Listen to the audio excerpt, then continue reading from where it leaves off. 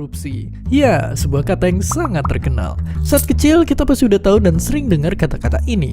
Dan semua pasti tahu kalau sesuatu yang buruk akan mengikuti bagi siapa saja yang tergoda melakukannya. Sayangnya, inilah yang kemudian menjadi penyebab kurang pesatnya pembangunan di negara kita, Indonesia. Karena percaya nggak percaya dengan uang yang hilang akibat korupsi, banyak hal yang bisa kita lakukan. Kita bisa membangun jalan tol, rumah sakit standar internasional, dan tentu saja 8 miliar porsi bakso buat tiap orang di dunia. Tapi dibandingkan itu semua, kerugian paling besar justru datang dari rakyat yang tidak percaya pada pemerintahan negaranya. Kenapa bisa begitu? Jadi dengan ketidakadilan di depan hukum dan kemiskinan yang tidak kunjung teratasi, masyarakat akan bersifat skeptis dengan segala peraturan dan kebijakan yang dibuat oleh para pejabat kita. Oke, tapi tenang dulu, untungnya ada cara ampuh yang sederhana. Partai politik yang menjadi sorotan Komisi Pemberantasan Korupsi KPK. Dari data Komisi Anti Rasuah, diprediksi lebih dari 60% kasus korupsi yang diproses KPK merupakan politisi yang menempati posisi sebagai wakil rakyat hingga kepala daerah. KPK menyarankan agar pemilik suara melihat rekam jejak peserta pemilu pada 17 April mendatang.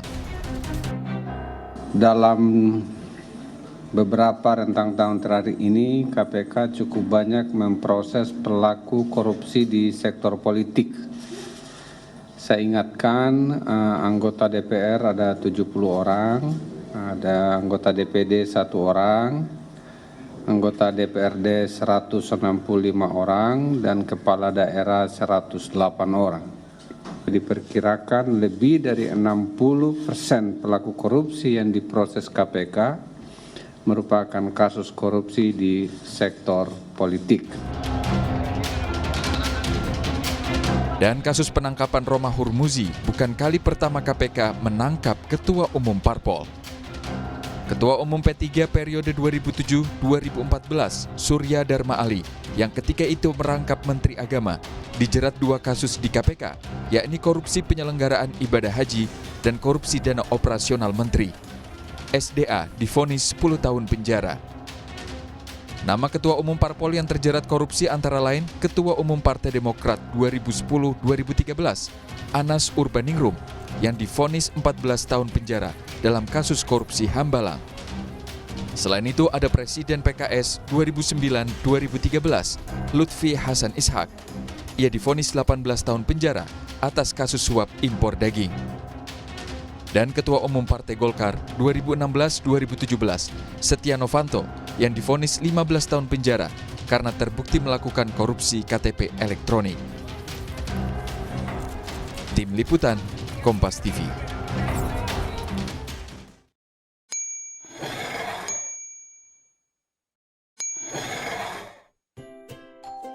Melalui program anti korupsi, masyarakat dapat sadar akan haknya sebagai warga negara. Pemerintah juga sadar pada perannya untuk menyediakan dan memastikan warga dalam mendapatkan layanan publik. Dan pebisnis sadar untuk beretika bisnis yang adil. Alhasil, akses dan kualitas layanan publik meningkat seiring dengan peningkatan skor CPI. Dalam 10 tahun, program-program anti korupsi bermunculan dari mana saja dan di mana saja. Single Identity Number. Dana bantuan sosial biasanya diterima oleh mereka yang dekat dengan penguasa. Dengan kepemilikan identitas tunggal, maka penerima bansos anonim menjadi turun. One Map Policy. Banyak praktek jual beli izin penggunaan kawasan. Penggunaan satu peta mencegah ketumpang tindihan perizinan. Satu layanan. Praktek suap terjadi karena lembaga pelayanan publik tidak memberikan standar dan prosedur pelayanan yang jelas. Satu layanan mempublikasikan standar dan prosedur pelayanan agar tidak ada ruang gelap untuk transaksi suap. Satu portal pengaduan. Tidak adanya jalur pengaduan membuat warga enggan melapor dan cenderung memilih suap untuk mendapatkan layanan. Portal pengaduan membantu warga memastikan terlayani sesuai standar. Single window. Banyak meja yang harus dilalui warga untuk mengirim barang. Pemangkasan administrasi dan menyederhanakan alur bongkar muat kepabeanan membuat praktek suap menurun. One Stop Service. Untuk mengurus perizinan, banyak meja yang harus dilalui warga. Pemangkasan administrasi dan menyederhanakan alur perizinan membuat penyuapan menurun. E-government. Frekuensi tatap muka yang tinggi mengakibatkan tingginya resiko penyuapan. E-government meminimalisasi tatap muka dan resiko korupsi pun turun. Anti korupsi itu bukan hanya ucapan, tapi juga perubahan nyata dari warga, pemerintah dan pengusaha dalam menciptakan dan menjalankan program anti korupsi. Kita bersih, Indonesia pun bersih.